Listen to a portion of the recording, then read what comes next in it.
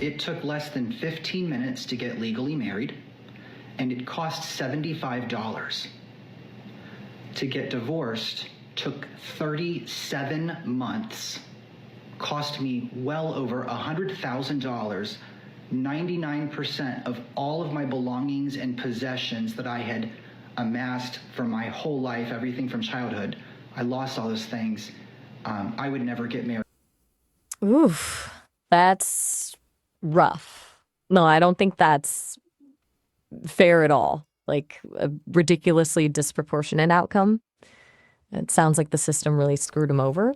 Marriage should be about building a life together, not setting a financial trap. It feels predatory, honestly. What do you make of it? So the moral of the story is don't get married ever. If by any chance you're listening to this in your 20s, 30s, 40s, don't get married. Don't get desperate, man. You don't need marriage. You don't need to marry any woman. They will take all your stuff until they change the rules, the laws of the country. Don't get married. What do you do for a living? I got my CDO license. I just finished that up. How old are you? 21. What the is a CDO? In shorter terms, I'm a truck driver. I look like with a truck driver. What you mean? What do you do for a living? I'm a risk taker. What's your type? Millionaires. Have you ever been with a millionaire? No, but I'm gonna be. Lord have mercy. So this below average chick wants a millionaire guy, the guy that can get any woman. She wants that guy. I mean, she's completely invisible to those guys. Delusional, completely idiotic. So it's almost like a skewed power dynamic where they're aiming for someone way out of reach and those guys aren't even interested in that kind of transaction. It sounds frustrating, honestly, for everyone involved. Do you think social media really plays a big part in setting those expectations? Feels like it amplifies everything. Yes, it does. You mean to tell me you would rather spend all of your good years chasing a millionaire other than taking a chance with a 21-year-old that has his CDL license, probably got his own crib, own car? Yeah, I'm chasing a bag. If you're not a millionaire, then you're not for me. I know what I bring to the table. What are you at? Not a Target bag. It's the weirdest thing about me. I can't even say it. Oh my god, do I have to say it? The weirdest thing about you is you. Just you. They're literally never going to talk to me again. It's so weird. It's so weird. But as a 2024 bride, I hate wearing the color white. I do. And my bridal shower is next week. And somebody just asked me, what white dress am I wearing to the shower? Who said I'm wearing a dress? Who said I'm wearing white? Hot take. I don't like being the center of attention. So yeah, she's giving introverts a bad name. I mean, come on, if you don't want to get married, you don't like attention, then don't throw a wedding, a big wedding. She's already crazy and I feel sorry for the guy. I surely do. I don't like when the spotlight is on me. I don't feel like I need to advertise that I'm the bride. I know so many brides really, really love to be the center of attention. I'm not judging at all, but it's just not me. And a lot of people don't know this about me, but I'm an introvert. I'm an introvert. And so when I'm the only one in white and everyone's saying, she's the bride, she's the bride, she's the bride. Yes, I am the bride, but I'm also no different. A lot of you ladies ask me how it is that I get gifts on the second date. This is how I do it. I will go on a second date with you. However, I do expect a gift. Off. Why does a guy go in the friend zone and can he get out? For me personally, it's really hard to get out of the friend zone. I'm not a very like friends to lovers kind of girl, so I feel like if you take too long to take that first step, I think I'm going to friend zone you. So it's almost like he's being too timid. Yeah. And there might be a moment where something could happen, but once you feel that timidity, it's like a turn off forever. Yeah, I don't think it's like timidity. There's just, I'm either attracted to someone or I'm not, and I can tell on the first date usually. Wow. So yeah, so it could just be like there's nothing he can do. You either have that chemistry, Yeah, or he's out. So I just found out that I'm not hot. And this was based on a really humbling experience where I'm trying to get 4 men together to help me move a really heavy object from point A to point B. Not a far point A to point B either. And I can't do it. It can't be done. I'm in hell. I've tried for days, texting every man I know. Can you please come help me move this heavy thing? It's a piece of granite, by the way. I think we can use that as a gauge. Number 1, can you get a group of men to help you move a heavy object from point A to point B? Number 2, how far can you get them to move it? Because what I need is a piece of granite moved about 15 feet. Cannot gather 4 men to do that. Oh, I can't. I'm going to be hung over that day. Oh, I can't. Football is on. Wah. Number 1, they don't make men like they used to. Because how come nobody wants to be helpful? Little helpless old me? You want me to pick up the granite slab? Yeah. You're not being helpful. Number 2, I need to level up. Seriously? That's a choice. To publicly shame people for not dropping everything to move concrete for her. Honestly, it sounds like she's looking for attention more than actual help. Like, maybe ask a contractor or, I don't know, a neighbor who actually offers services. 5 guys feels excessive anyway. It's giving major entitlement. What do you think? Does that resonate with you at all? Yeah, I think she's spoiled, and she probably, because these guys knows her, she probably friend zoned them in the past, and like, why would they help her now? That's a really good point. There's definitely a history there, probably. Like, if you've led someone on and then dismissed them, why would they be eager to lend a hand when you suddenly need one? It's a transactional thing, whether people want to admit it or not. And publicly guilting people, that just confirms she's not thinking about anyone's feelings but her own. It's a messy dynamic. You've dealt with stuff like that before, right? Seeing people weaponize past interactions. So it wasn't the fact that she's not hot. I mean, she's fine. The fact is, these guys know her, and they know that she just need men to do jobs for her. She doesn't need them for anything else.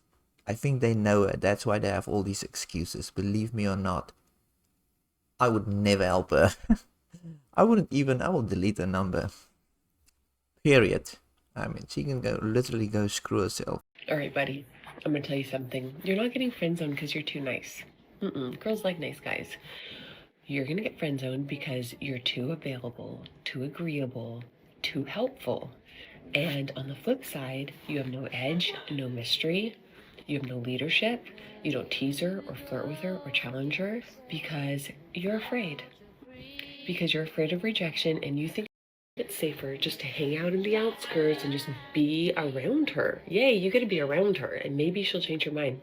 She's not going to change her mind. She's just going to continue to use you until somebody better comes along because you're not stepping up. You're being a wuss. You're being afraid of rejection. Stop it. Stop being so available and agreeable and helpful.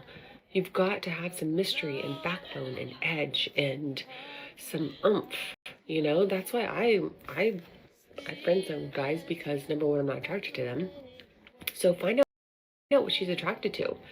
If she's not attracted to short guys, or for me personally, if you're not 6'2 plus, then 6'2 is like, then you really have no chance. And that's just my non-negotiable because I'm not a small person. We've been through this countless times. So I want to help you. Reach out to me if you have questions. And let me help you stop getting friend zoned and stop being such a wuss and take some leadership and wow her. Pizzazz. Have some pizzazz. So the fact that she asked to be nasty, she asked to insult the guys, you know, stop being a weak and all of, what did she say? Yeah, well, whatever she said. She has to be insulting and having an attitude about it. So you can see that she's been railed by chats over and over. She wouldn't even look at the average guy. And she said it herself. If you're not 6'2" and over, she wouldn't even bother. So just by that one criteria, everything she said doesn't matter. If you're not 6'2", then it doesn't matter how you're gonna approach her and act around her. She won't consider you. Absolute retard. That's what she is. Yes, so see that there is a lot of these women out there that are this crazy and hating on men, telling other women that if you're too short or you're too broke or thin or whatever the reason is, or even nice. The worst one is if you're too nice. The one girl actually said, if the guy is too nice and available, she will never date him and he will never get a girl. So these women are just over the top. So what advice would you have for a guy that is being nice to women? Ah, gotcha. Sounds pretty frustrating to see that kind of stuff floating around, right? Like needing to be guarded just to get a fair shot. Okay, so a guy who's genuinely nice, my take is don't ditch the nice. Seriously. That's a good core quality, but maybe calibrate it a bit. There's a difference between being kind and being a doormat, you know? Instead of going in super eager to please, maybe focus on showing, not telling who you are. Share your passions, your interests. Be genuinely interested in what she's about. Let her see your strength and ambition alongside the kindness. It's about balance, I think. What do you think about that? What is the definition of a simp? Okay, so from what I gather, and people talk about this a lot online, a simp is basically someone, usually a guy, who goes to excessive lengths to gain the approval of someone they're attracted to, often to the point of self-abasement. It's like putting someone on a pedestal and constantly trying to impress them with gifts, attention, or just by being overly agreeable, often with little or no reciprocation. People generally view it negatively as someone lacking self-respect. Does that sound about right? It feels like a loaded term, honestly. Yes, these simp guys give us average guys a bad name. I mean, really, they are such pushovers. So what advice would you give for a simpy guy? Okay, yeah, I get what you mean. It definitely sets a weird precedent. All right, so for a guy who recognizes he's falling into that pattern, first, I think it's about recognizing your own value. What do you bring to the table? Focus on building yourself up, your skills, your hobbies, your confidence. That's way more attractive than trying to be someone you're not. Then, boundaries. Huge. Learning to say no without feeling guilty, not immediately jumping to fulfill every request, letting her have her own space and opinions.